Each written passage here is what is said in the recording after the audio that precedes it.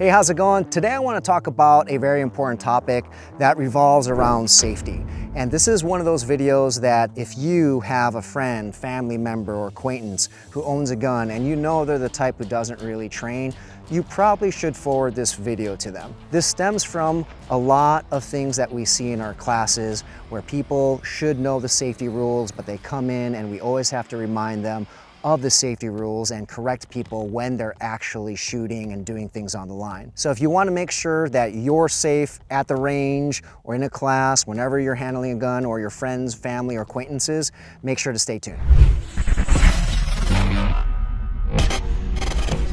Hey, I'm Miles at Tactical Hyve, and we teach classes all over the country. And one thing we notice is that a lot of people know the safety rules. They will understand that they should keep their finger off the trigger, only point their muzzle at what they're willing to destroy. They know their target, what's beyond, so on and so forth. But the idea here is that there's something else beyond knowing the safety rules academically.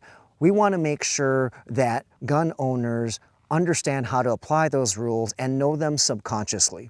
The issue is when we go to classes, we will ask people, do they know those safety rules? And most of them will say yes, the vast majority of them. But what will happen is when we go to the line to do certain things, and if it's very, very slow, they can consciously think about the safety rules. So if they take their gun out, they're consciously aware of the muzzle, where it's pointing, because they're going very slow. Think of yourself at an indoor range where there's a table here, there's no rush, you can easily make sure that you're following all the safety rules. But in slightly more dynamic atmosphere, let's say a class where people are loading, unloading, they're dealing with malfunctions, or listening to people teach. This is not even a stressful environment, these classes, but you will see people, they'll begin to fumble. They won't be able to be consciously thinking about where their muzzle is pointing. They won't be able to consciously think if their finger's on the trigger or not. And in these instances, these gun owners become very dangerous. So they're not doing anything stressful. Now imagine they're put into a real-life altercation. If they have to consciously think about being safe, then that could be very detrimental to them. That could be disastrous for them. They might not survive. They might shoot somebody. But the idea is they don't have the bandwidth to really think about what's going on around them and consciously think about whether they're safe or not.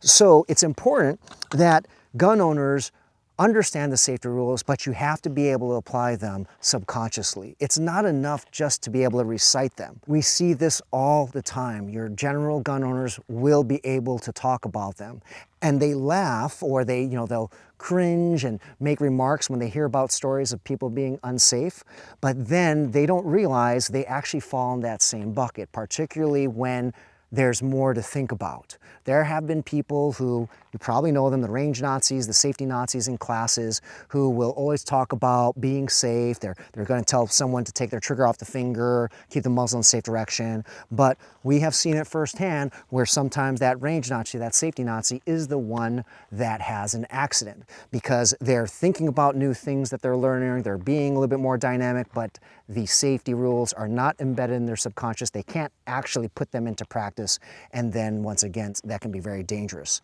So this is a video for gun owners, your average gun owner who doesn't shoot more than 500 rounds a year, maybe only goes to the range once or twice a year. That's not enough time with your firearm to build those subconscious safety habits. So if you, a friend, a family member, acquaintance, fall in that bucket, it's important to start handling your firearm. You don't necessarily need to go to the range all the time, but think about it. We like to tell people in our classes, think about when you were a kid. You were probably playing and fidgeting around with a lot of different toys and things like that. You were just experimenting, and did so because you were confident, just trying to figure it out and getting comfortable with it. You can do the same thing with a firearm. Make sure it's dry. There's no rounds around. You're not going to have any misfires, but the idea is to get used to implementing the safety safety habits. You may have seen me on camera where I'm always just, it's constant. Like even though there's no ammo here and sometimes there's no one behind the camera, I still have these safety habits here that are just embedded and I don't even think about them.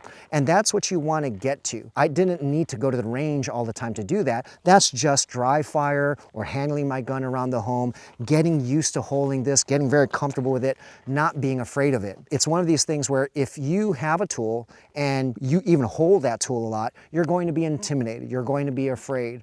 So the idea is you want to get past that fear and get very comfortable with handling your firearm while implementing the safety rules. So once again, this is a video that is extremely important. Please do share it with others who you think can put this to use.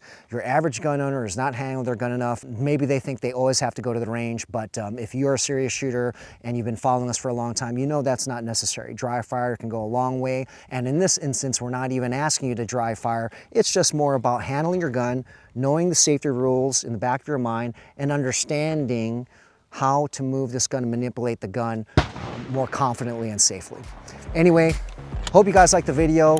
Make sure to share it with somebody who you think really needs to watch this, and let us know what you think in the comments below. See you guys next time.